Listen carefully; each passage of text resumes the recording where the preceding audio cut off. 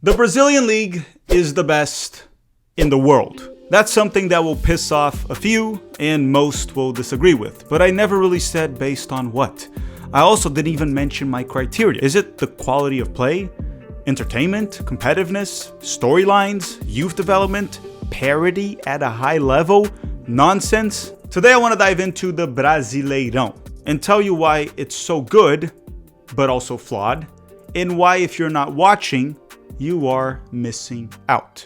Hello. If you're new here, I'm Filippo and welcome to Chapéu Football, where we provide the best coverage of Brazilian football or soccer in English. And listen, the goal of this channel was to tell the world stories that are happening in Brazilian football in English that for some reason it's just not told. Most people outside of Brazil don't really know what's going on. So today we're going to mainly focus on the Brasileirão. But before I do, I want to quote Tom Jobim. I'm actually going to take one of his quotes and make it my own. The English Premier League is great, but it very often sucks to watch. Now the Brasileirão, the Brazilian League, it very often sucks, but it's great. Later in the video, you'll understand that quote. Right now, it sounds crazy, but you'll get it. I'm also going to be giving your opinion on what's holding back the Brazilian League, what hurts the league, and let me know in the comment section down below if the Brasileirão, in your opinion, is a top 5 league in the world. Where do you rank the Brazilian League in terms of quality and competitiveness, and which is your favorite club, and tell me why, even if you are a gringo. And don't forget to hit the like button if you haven't already and subscribe to the channel. We're almost hitting 10,000 subscribers. The growth has been great. It's been huge. It's been tremendous. And it's been simply fantastic. We love it. All right, let's start the episode. Okay, so the Club World Cup showed the entire world how competitive Brazilian clubs actually are. All 4 of them, Flamengo, Fluminense, Palmeiras, and Botafogo, got out of the group stage. 2 of them made it to the quarterfinals, and Fluminense even made it to the semifinals, losing to Chelsea.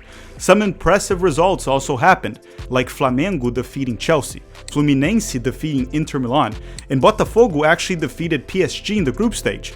To me, one thing was crystal clear: the Brazilian League, in terms of quality and competitiveness, it is the 5th best in the world, only behind the English Premier League, the Italian Serie A, the Bundesliga, and La Liga. The gap in quality also ain't that big. The big 3 or big 4 of each league, that's where the real gap is. But when it comes to finances or money, right, the financial gap between these leagues is still there. It still exists. It's still a little bit big, but it's getting narrower. Because the Brazilian League would be the 6th ranked league in Europe in terms of revenue. The English Premier League has the highest revenue of them all, with roughly $7 billion a year. Then La Liga is around $5.8 billion, according to data that we got from the 2024 season. The Bundesliga around $5.2 billion. The Italian Serie A around $3.5 billion. Liga is around $3 billion, and they have a 7% increase year over year. And the Brasileirão is only around $2 billion, but they have increased 21% year over year from 2023 to 2024. Once again, this data I just gave you is from 2024, which means since the Brasileirão is growing at a faster rate than Liga, for example, the gap that I just showed you of 2 billion to 3 billion, it's probably even smaller. Also, how much of that gap is due to PSG? And I want to say one thing. I actually truly believe that if Brazil's economy and social issues weren't as bad as they are, which they really are, and the currency wasn't so weak, Brazil had a strong economy, the Brazilian League would be the NBA of soccer or NBA of football. The best players in the world would play there. But it's not, and my opinion right there doesn't really matter. Now look, the money itself is not really relevant to the point that I'm trying to make in this video. All I wanted to show you was that the financials of the Brazilian clubs are strong these days, despite being behind the top 5 leagues in Europe, which helps them keep the quality up, as you obviously noticed during the Club World Cup. Now, if you're wondering why the revenue is going up so much, you can check out a video that we made months ago called "This League Will Be the New Premier League." We go through the many reasons why Brazilian clubs are so rich these days, despite the horrible economy of Brazil as a country. With all that said, let me tell you now why, in my opinion, this is the best league in the world to follow along, the most entertaining league, and why you should be 100% following it every single year. So why is it such a great follow? The first reason is parity. Because there's so much parity in Brazilian football, this league is unpredictable every single season. And it's parity due to chaos, not parity by design like Major League Soccer, MLS in the United States, where there's a salary cap. The Brasileirão is just an insane league. And let me show you that with facts. A study conducted by 21st Group in 2025 placed the Brazilian league as the 6th best league in the world, which I disagree with. I think it's the 5th. It's ahead of France, in my opinion. Now, in terms of parity, the most balanced league in the world was MLS, and the Brasileirão was number 2. But as I said, MLS has parity by design. They have a salary cap, they have roster restrictions, while Brazil has parity by accident. Now look at this, because I have more data for you. Over the past 20 seasons, the English Premier League had 5 teams that won the league. One of them being Leicester, that was a complete anomaly. And that's what I meant earlier in the video when I said that the Premier League is great, but it sucks. I'm not a big fan of a league where the same 2 to 3 teams always win it. I watch it because it's great football, but the storylines just don't do it for me. I don't want to start the season and pretty much know that one of these 2 teams is going to win the league, which very often that happens in the Premier League. La Liga, they had 3 winners over the past 20 years, most of the time being just Real Madrid and Barcelona. Occasionally, Atletico Madrid does something. The Bundesliga had 5 over the past 20 years, with Bayern completely dominating. The Italian Serie A, that actually has decent parity compared to these leagues that I just mentioned, they only had 4 different winners over the past 20 years. Now, the Brazilian League had 8 different winners in the past 20 years. But it gets much crazier than that. Out of the 8 that won the league over the past 20 years, 4 of them also got relegated and promoted back to the first division during that same time period of 20 years. Palmeiras, Botafogo, Cruzeiro, and Corinthians all won the league within the past 20 years, but they all also got relegated. Some of them even got relegated twice or 3 times. As I said, it's completely unpredictable. Could you imagine Real Madrid or Barcelona getting even close to getting relegated in La Liga? Honestly, not even that. Could you imagine over the past 20 years Real Madrid or Barcelona not finishing top 4 in La Liga? No, it doesn't happen. And even the downfall of, like, let's say Manchester United, it wasn't from one season to another.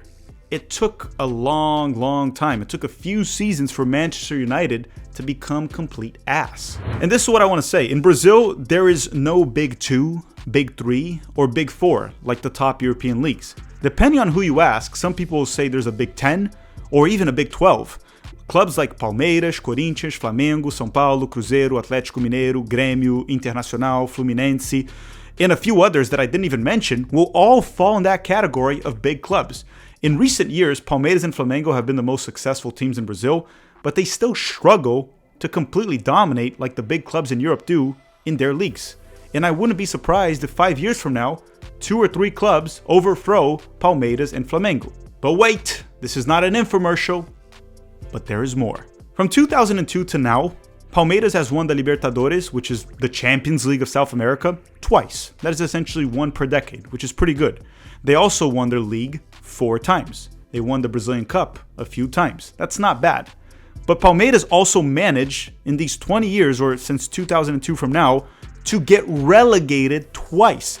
Could you imagine any of that happening to the Big 2 or Big 3 of any European league? Like winning the Champions League once per decade, which is really good, but also getting relegated in a decade or 2? Like, it is complete nonsense. Let's also talk about the fact that Grêmio, which is a big club in Brazil, they were in the 2nd division in 2022.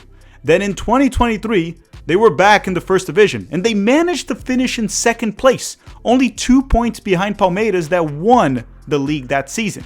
Then in 2024, Grêmio finished in 14th. It's complete madness. 2nd division, 1st division, 2nd place, then 14th place in the 1st division the year after. It's insane. The Brazilian league is like going on a roller coaster ride while being on crack. Not that I've ever done that, right? I've never been in a roller coaster on crack. I'm just saying that's how I I picture it. Hopefully you've never been on a roller coaster with crack as well. Hopefully you've never done crack. It's insane. You win the league one year and you could very well be fighting against relegation the next season. When it comes to entertainment, it's not always just about quality. I mean, that matters, but quality alone won't cut it. In the United States, for example, March Madness, which is college basketball playoffs, has more viewers than the NBA playoffs because it's more unpredictable, it's more exciting. But the NBA has more quality. However, none of that matters when it comes to entertainment. And the Brazilian League most certainly has that ahead of the top European leagues. By ahead, I just mean in terms of pure entertainment and storylines and how unpredictable it is, it's better. Reason number 2 is the insanely passionate fans. Like, sometimes a little too passionate. I mean, some of these guys would divorce their wives, but still not turn on their clubs. They are insanely passionate. That's not to say that fans aren't passionate in other countries. They are, and many countries are as passionate as Brazilian fans, like Argentina, Turkey, and many others. But the fans in Brazil are incredible. And the rivalries are literally insane. We have the Grenal rivalry, which is crazy, Palmeiras and Corinthians, the Fla-Flu, the Bahia Vitória, which is known as Bavi, and even some obscure rivalries that many don't talk about, like Remo and Paysandu, that have an incredible history. The football history in that country is rich, and you should get into it. And let me know in the comment section down below if we should make videos here on this channel telling the history of specific rivalries. And if you do want us to do it, let us know which one. Another reason you should 100% be following this league is because it has the perfect mix of veterans, superstar veterans, and world-class prospects. Look at it this way. These days, we have players like Memphis Depay is playing there, Coutinho, Jorginho, Neymar, Hulk, even Thiago Silva is there. These are some players that are superstars, and they're also old enough to fight Jake Paul. Then you have some prospects coming up left and right. Estevão, Endrick, these are a few that already have left to Europe for millions and millions of dollars, and they have world-class potential. But every single season, you have incredible prospects coming out of the Brazilian League, and you will know about them before they head to Europe if you are following the Brasileirão.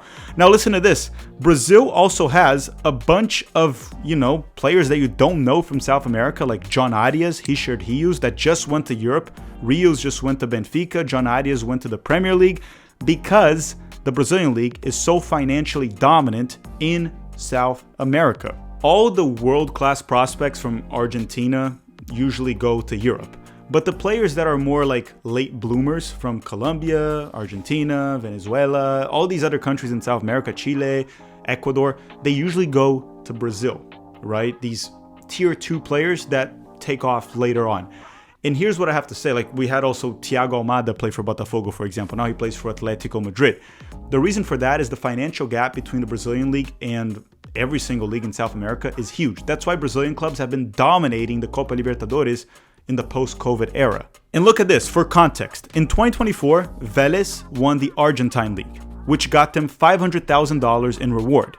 In Brazil, Santos won the second division that same year, and Santos got $600,000 for winning the second division of Brazil. So the second division champions in Brazil make more money than the champions of the second richest league in South America. And for that reason, Brazil has a lot of South American talent coming into the league besides the Brazilians. I told you, John Arias and Richard Rios are incredible players that you're probably watching right now in Europe. Okay, so if the league is as good as I'm saying, right, why hasn't it blown up all over the world? Well, obviously the best players are in Europe, so that's a big reason. Marketing for the Brazilian league is terrible, but ultimately it all comes down to CBF, the federation. They control the league, and because of that, it's mostly a poop show. It's crap because of them. But that's about to change soon. So CBF most certainly holds the league back. But don't worry, as I said, that will change very soon. So let me be specific with the issues.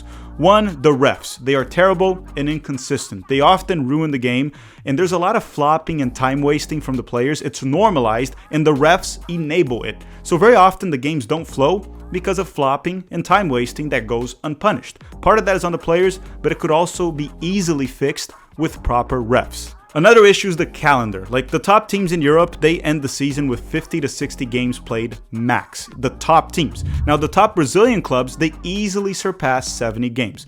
That leads to a drop in performance from the top players, injuries, and many other issues. So they have to find a way to fix the calendar while keeping the state tournament. So maybe reduce the number of teams in the first division and reduce the number of games at the estaduais, which is the state tournament.